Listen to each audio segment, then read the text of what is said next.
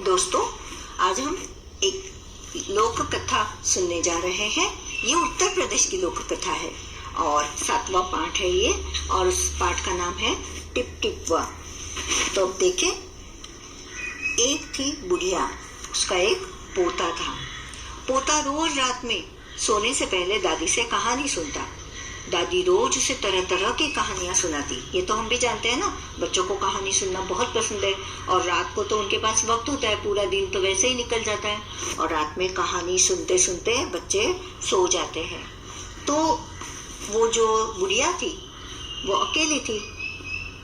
उन्होंने आदत कर दी थी कि रोज रात को पोते को कहानी सुनाना। तो उस दिन एक दिन मूसलाधार बारिश हुई। ऐसी बारिश पहले कभी नहीं हुई थी। सारा गांव बारिश से परेशान था। बुढ़िया की झोपड़ी में पानी जगह जगह से टपक रहा था, टिप टिप टिप टिप। इस बात से बेखबर पोता दादी की गोद में लेटा कहानी सुनने के लिए मचल रहा था। तो पोते को भी कहानी सुननी थी। वो बार बार कह रहा था, दादी कहानी सुनाओ, दादी कहानी सुनाओ। और दादी थी इस बारिश से परेशान थी। बुढ़िया खींच कर बोली, चिढ़कर, अरे बचवा, क्या कहानी सुनाए? ये टिप टिपवा से जान बचे तब ना। मतलब ये जोरदार जो बारिश हो रही है उससे मेरी अगर जान बचे तब कहीं जाकर तुम्हें कहानी सुनाओ ना। पोता उठकर बैठ गया। उसने पूछा, दादी ये टिप टिपवा कौन है? टिप टिपवा क्या शेर बाघ से भी बड़ा होता है? अब पोते ने पहली बार ये शब्द सुना था, टिप टिपवा। दादी ने अपनी गांव की भाषा में बता दिया टिप टिपवा है, तो उसे अगर मैं छुटकारा पाऊं तब कहीं जाकर तुझे कहानी बताऊं। तो बच्चे को रहा नहीं गया। पोते ने क्या कहा, तो क्या ये टिप टिपवा शेर बाघ से भी बड़ा होता है? दादी छत से टपकते हुए पानी की तरफ देखकर बोली, हाँ बचवा, ना शेरवा के डर न बकवा के डर, डर तो डर टिप टिपवा के डर। मतलब मैं शेर और बाघ से नहीं डरती।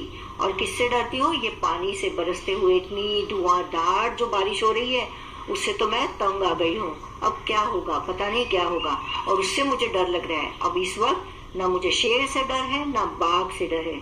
संयोग से, मतलब कोइंसिडेंस जिसको कहते हैं, मुसीबत का मारा एक बाघ बारिश से बचने के लिए झोपड़ी के पीछे बैठा था। वही एक बैठा हुआ था और वो भी बारिश से परेशान था और झोपड़ी के पास आकर बैठा हुआ था। बेचारा बाघ बारिश से घबराया हुआ था। बुढ़िया की बात सुनते ही वह और डर गया। क्यों?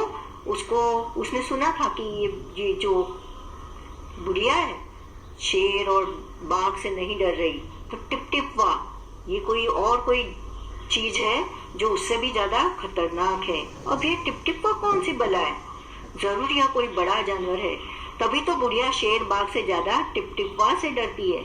इससे पहले कि बाहर आकर वह मुझ पर हमला करे, मुझे ही यहाँ से भाग जाना चाहिए। बाघ वहां जो छुपकर बैठा था, उसने क्या सोचा? उसने बातें तो सुन ली, लेकिन टिप टिपवा क्या है ये वो नहीं जानता था। इसलिए उसने सोचा कि ये कोई बड़ा जानवर होगा, क्योंकि जो दादी है, बुढ़िया जो है, शेर और बाघ से नहीं डर रही थी, टिप टिपवा से डर रही थी। तो उसे तो मालूम नहीं टिप टिपवा किस बला का नाम है। बाघ ने ऐसा सोचा और झटपट वहां से दुम दबा कर भाग गया, वहां से चला गया। उसी गांव में एक धोबी रहता था। धोबी तो बच्चे आप जानते हो ना, कपड़े धोने वाला जो होता है उसे धोबी कहते हैं। वह भी बारिश से परेशान था। आज सुबह से उसका गधा गायब था। गांव में क्या होता है, जो कपड़े की खेप होती है, मतलब कपड़े एक जगह से दूसरी जगह नदी पर पहुंचाने हो तो गधे का इस्तेमाल किया जाता है। गधे पर कपड़े लाद कर नदी पर धोने के लिए ले जाते हैं। और कहीं लोगों के घर जाकर कपड़े देने हैं धुले हुए, तब भी गधे का इस्तेमाल किया जाता है। तो गधा गायब था, इसलिए धोबी परेशान था। जगह जगह गधे को ढूंढता रहा। वह पूरा दिन भीगता रहा, पर वह कहीं नहीं मिला। अब उसकी जो पत्नी थी धोबी की, उसने उसे सलाह दी। वो क्या बोली, जाकर गांव के पंडित जी से क्यों नहीं पूछते? वे बड़े ज्ञानी हैं, आगे पीछे सबके हाल की उन्हें खबर रहती है। उसने क्या कहा कि गांव के जो पंडित है ना, वो जानते हैं कि गधा कहाँ होगा। तो तुम उनके यहाँ जाकर पोथी में उनको कहो कि पोथी में ढूंढे, पंचांग में, तो वो ढूंढ देंगे कि गधा कहाँ है। वो बात वो जानते होंगे। पत्नी की बात धोबी को जच गई, उन्हें अच्छी लगी। हाँ ये ठीक है। अपना मोटा लट्ठ उठाकर वह पंडित जी के घर की तरफ चल पड़ा। उसने देखा कि पंडित जी घर में जमा बारिश का पानी उलिच उलिच कर फेंक रहे थे। उनके भी घर में जोरों की बारिश तो सभी जगह हो रही थी, तो उनके घर में भी पानी भर गया था और पानी को बाहर निकालने का काम पंडित जी कर रहे थे। धोबी ने बेसब्री से पूछा, महाराज मेरा गधा सुबह से नहीं मिल रहा है, जरा पोथी बांच कर बताइए तो वह कहाँ है। आप पोथी में देख लीजिए, मैं सुबह से ढूंढकर उसे परेशान हो गया हूँ, भीग गया हूँ पूरी तरह से, लेकिन मेरा गधे के बिना तो धोबी का काम ही नहीं चलेगा। तो सुबह से पानी उलिचते उलिचते पंडित जी थक गए थे। धोबी की बात सुनी तो झुंझला पड़े और बोले, मेरी पोथी में तेरे गधे का पता ठिकाना लिखा है क्या, जो आ गया पूछने? अरे जाकर ढूंढ इसे किसी गढ़ई पोखर में। पोखर का मतलब है जहाँ बारिश का पानी, गड्ढा जो होता है, गढ़ई है ना छोटा गड्ढा, पोखर थोड़ा बड़ा गड्ढा जिसमें बारिश का पानी भर जाता है, तो वहां गधा होगा तो तेरा, ऐसे ही कहीं जाकर तो ढूंढ, ऐसा वो पंडित जी बोले। और पंडित जी लग गए फिर पानी उलीचने। धोबी वहां से चल दिया। चलते चलते वहां तालाब के पास पहुंचा। तालाब के किनारे ऊंची ऊंची घास उग गई थी। धोबी घास में गधे को ढूंढने लगा, क्योंकि पंडित जी ने बताया था ना कि कहीं पानी होगा, कहीं घास होगी, कहीं पे वो गधा छुप कर बैठा होगा। किस्मत का मारा बेचारा, किस्मत का मारा, आज उस बाघ की किस्मत एकदम खराब थी। टिपटिपा के डर से वही घास में छिपा बैठा था। वो जो बाघ बुढ़िया के घर के बाहर से निकला था दुम दबाकर, वो टिपटिपा के डर से उस घास में छिपा बैठा था। धोबी को लगा कि बाघ ही उसका गधा है। उन्होंने नहीं देखा, इतना थक गया था धोबी कि उसको ख्याल ही नहीं आया कि ये गधा नहीं है, बाघ है। और उसने आओ देखा न था, बिल्कुल सोचा नहीं, और लगा बाघ पर मोटा लठ बरसाने, पीटने लग गया लट्ठे से, काठी से। बाघ इस अचानक हमले से एकदम घबरा गया। बाघ ने मन ही मन सोचा, बाघ ने, लगता है यही टिपटिपा है जो धोबी का लठ बनकर उस पर बरस रहा था। आखिर उसने मुझे ढूंढ ही लिया। जिस टिपटिपा से डरकर वो अपनी जान बचाकर भागा था, आज वो टिपटिपा खुद आकर उसे मिल गया। अब अपनी जान बचानी है तो यह जो कहे चुपचाप करते जाओ। अब धोबी ने क्या कहा, आज तूने बहुत परेशान किया है, मार मार कर मैं तेरा कचूमर निकाल दूंगा, मतलब तुझे बहुत पिटूंगा। ऐसा कहकर धोबी ने बाघ का कान पकड़ा और उसे खींचता हुआ घर की तरफ चल दिया। बाघ बिना चू चपड़ किए बिल्कुल नहीं बोला, क्योंकि वो वैसे ही डर गया था। और धोबी का लठ उस पर इतनी जोर से बरसा कि वह बहुत ही डर गया था और पूरी तरह से धोबी के काबू में हो गया। भीगी बिल्ली बना धोबी के पीछे पीछे चल दिया। घर पहुंचकर धोबी ने बाघ को खूंटे से बांध दिया और सो गया। सुबह जब गांव वालों ने धोबी के घर के बाहर खूंटे से एक बाघ को बंधे देखा तो उनकी आंखें खुली की खुली रह गई। आंखें खुली की खुली रहना, अरे बाप रे, खूंटे से बाघ बंधा है, ये क्या गजब की बात हो गई, पहले कभी ऐसा नहीं देखा। आश्चर्यचकित हो गए, एकदम अचरज के मारे उनकी आंखें फटी पड़ी रह गई। और इस कहानी के लेखिका थी गिरिजा रानी अस्थाना जी। कौन कौन किससे परेशान थे? इस कहानी में लगता है सभी परेशान थे। बताओ कौन किससे परेशान था? सबसे पहले देखेंगे, ऐसे देखा जाए तो सभी बारिश से परेशान थे। दादी टिपटिपवा से परेशान थी, क्योंकि छत से टपकते पानी जिसको टिपटिपवा कहा है, दादी उससे परेशान थी। बाघ भी उससे परेशान था। धोबी था, बारिश से भी परेशान था और गधे के गुम हो जाने से परेशान था। पंडित जी के घर में भी पूरे दिन बारिश के कारण पानी भर आया था, जिसे उलिच उलिच कर वो फेंक रहे थे, तो वो भी तंग आ गए थे। और बाघ जो था वो भी बारिश से परेशान था। इस तरह से सभी लोग टिपटिपवा से एक दूसरे से परेशान थे। टिपटिपवा किस बला का नाम है? यह कौन सी मुसीबत है?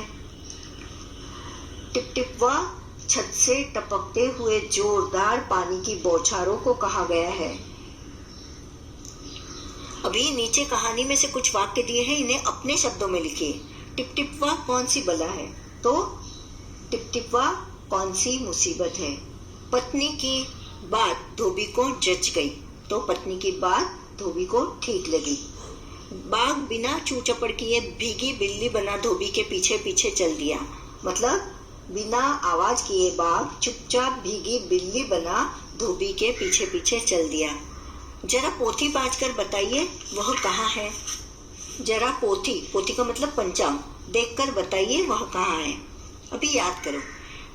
पोता दादी की गोद में कहानी सुनने के लिए मचल रहा था। तुम किन किन चीजों के लिए मचलते हो?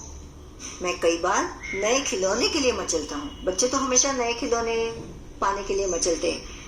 मेरे पास स्पाइडरमैन है, सुपरमैन है और न जाने कितने हीरोज के खिलौने। जब मार्केट में कोई नया खिलौना आने की बात सुनता हूँ तो मैं उसे पाने के लिए मचलता हूँ। कौन है टिप टिपवा? हाँ बचवा, न शेरवा के डर न बखवा के डर, डर त डर टिप टिपवा के डर। तुम्हारे घर की बोली में इस बात को कैसे कहेंगे? हाँ बेटा, न शेर का डर न बाघ का डर, डर तो है टिप टिपवा का। कहानी में टिप टिपवा कौन था? तुम किस किस को टिप टिपवा कहोगे? बारिश की टिप टिप को, जोरदार बारिश की जो बौछार हुई थी उसे टिप टिपवा कहा गया है।